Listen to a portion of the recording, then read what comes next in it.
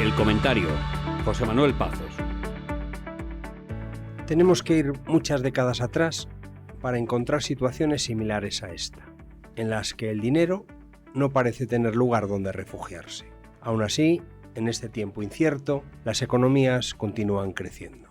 Bienvenidos a una nueva edición de nuestro podcast. Lo titulamos Nada en lo que confiar. Comenzamos.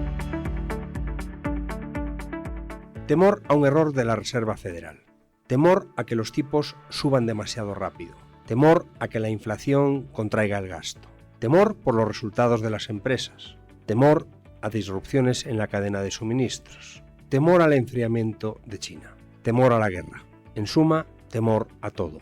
En medio de muy pequeñas correcciones en los mercados financieros domina una corriente bajista de la que poco se salva. No desde luego la bolsa, tampoco los bonos, ni los criptoactivos, ni los fondos globales, ni siquiera el efectivo, que se ve devorado por una inflación cercana al 10%. Parece que todo implosiona al mismo tiempo, y los bancos centrales, que acudían al rescate siempre que se producía una situación así, están ahora en otra cosa. Nada hay en lo que confiar. El principal índice bursátil del mundo, el S&P 500, ya acumula su séptima semana consecutiva de caídas, una secuencia que no ocurría desde 2001, y el viernes cruzaba ya el umbral de un 20% de retroceso desde sus máximos, algo que según los manuales permite hablar ya de un mercado bajista. Todo esto afecta a las expectativas de los agentes y a las estimaciones que los mercados hacen de los tipos de interés. Empiezan entonces a aparecer dudas sobre si los tipos de interés en Estados Unidos llegarán a subir los 50 puntos básicos en cada una de las dos siguientes reuniones como está descontado, o si el Banco Central Europeo tendrá, por lo contrario, que subirlos aceleradamente, y se empieza a trabajar ya con la idea de que al menos habrá 2, si no 3, elevaciones en Europa este año. La consecuencia en los mercados de divisas es que el ritmo de apreciación del dólar se modera levemente, y al menos durante unos días se deja de hablar de un inminente asalto a la paridad.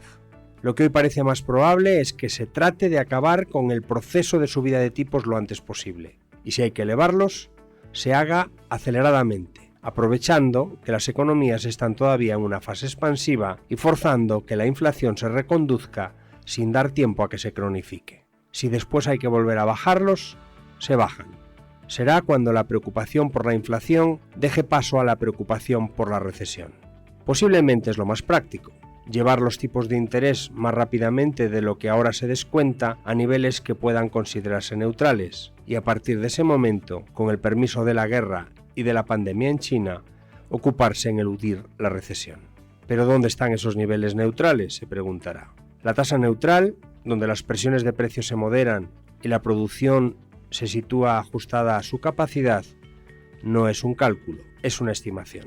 El presidente de la Reserva Federal, cuando decía la pasada semana que no dudará en ir más allá de la zona neutral si las circunstancias lo exigen, señalaba al mismo tiempo que sus funcionarios no pueden precisar con confianza dónde está ese nivel neutral. Por lo que sabemos hasta ahora, los miembros de la Reserva Federal consideran que la neutralidad en Estados Unidos se sitúa entre el 2 y el 3%. En Europa, la neutralidad parece el límite que se autoimpone la presidenta del Banco Central Europeo.